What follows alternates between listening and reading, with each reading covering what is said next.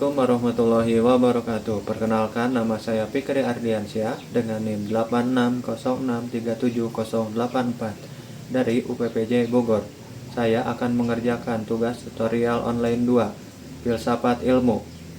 Yang ke-1, menurut saya filsafat ilmu itu ibaratnya jadi pengawas buat ilmu pendidikan. Kalau nggak ada filsafat ilmu, pendidikan bisa jadi asal-asalan. Filsafat ilmu itu suka nanya, emang pendidikan ini ilmu beneran enggak sih? Objeknya apa? Caranya udah bener belum? Jadi dia ngecek, apakah yang kita lakukan di pendidikan itu udah sesuai kaidah ilmiah atau cuma ikut-ikutan doang? Terus buat nilai-nilainya juga gitu. Pendidikan kan gak netral, pasti ada tujuan yang mau dicapai.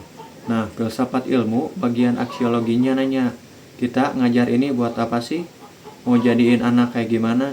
Misalnya, kalau ada sekolah yang cuma kejar juara olimpiade, tapi nggak peduliin anaknya, jadi egois. Filsafat ilmu yang bakal ngingetin, loh tujuannya udah jauh melenceng nih. Jadi, tanpa filsafat ilmu, pendidikan gampang kehilangan arah. Bisa-bisa cuma jadi rutinitas ngajar doang tanpa tahu mau dibawa kemana. Yang kedua, ini menurutku hubungannya timbal balik. Filsafat ilmu ngawasin pendidikan, tapi pendidikan yang bagus juga bakal ngasih bahan buat filsafat ilmu berkembang. Coba bayangin, seorang guru ngalamin sendiri susahnya ngajar anak yang kemampuannya berbeda-beda di kelas. Dari pengalaman itu dia mulai mikir, kok bisa ya? Apa sih sebenarnya belajar itu? Apa adil kalau semua anak dikasih nilai yang sama? Nah, pertanyaan-pertanyaan itu kan jadi bahan buat filsafat ilmu. Jadi, teori-teori filsafat ilmu nggak muncul tiba-tiba. Dia lahir dari masalah yang nyata di lapangan.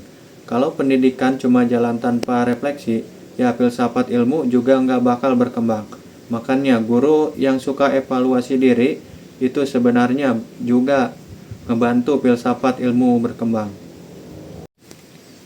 Yang ketiga, karena filsafat ilmu punya 3 alat analis utama, ontologi, epistemologi, dan aksiologi. Ontologi itu nanya, hakikat apa sih? Contohnya, kalau anak malas belajar, kita nggak langsung marah, tapi tanya dulu, hakikat anak itu apa? Dia mesin yang tinggal diisi materi, atau manusia yang punya peran, atau manusia yang punya perasaan dan minat.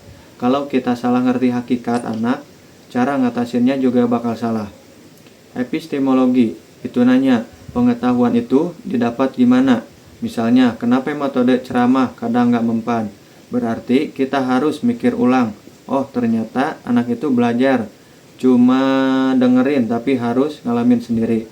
Aksiologi itu nanya, buat apa dan nilai apa yang dikejar? Contohnya, sekarang banyak yang dikejar nilai UTBK. Nah, kita harus balik nanya, tujuan pendidikan itu cuma biar pinter doang atau biar berkarakter? Dengan tiga pisau ini, kita jadi nggak cuma ngeluh pendidikan rusak, tapi bisa bedah sampai ke akarnya. Masalahnya ada di bagian mana? Contoh 2, kebijakan zonasi. Tujuan zonasi kan bagus, biar adil dan nggak ada sekolah favorit numpuk. Itu nilai keadilan dari aksiologi. Tapi di lapangan kadang muncul masalah, anak yang dekat sekolah malah nggak keterima.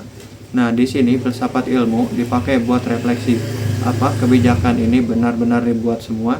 Jadi, bisa jadi bahan perbaikan. Pandangan saya, jujur awalnya saya kira filsafat ilmu itu berat dan nggak kepake di kelas.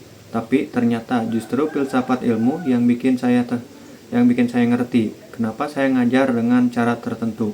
Kalau guru nggak punya pisau analis, ini kita gampang ikut-ikutan tren. Buat saya filsafat ilmu itu penting, biar kita ngajarnya sadar dan punya arah. Sekian dari saya. Wassalamualaikum warahmatullahi wabarakatuh.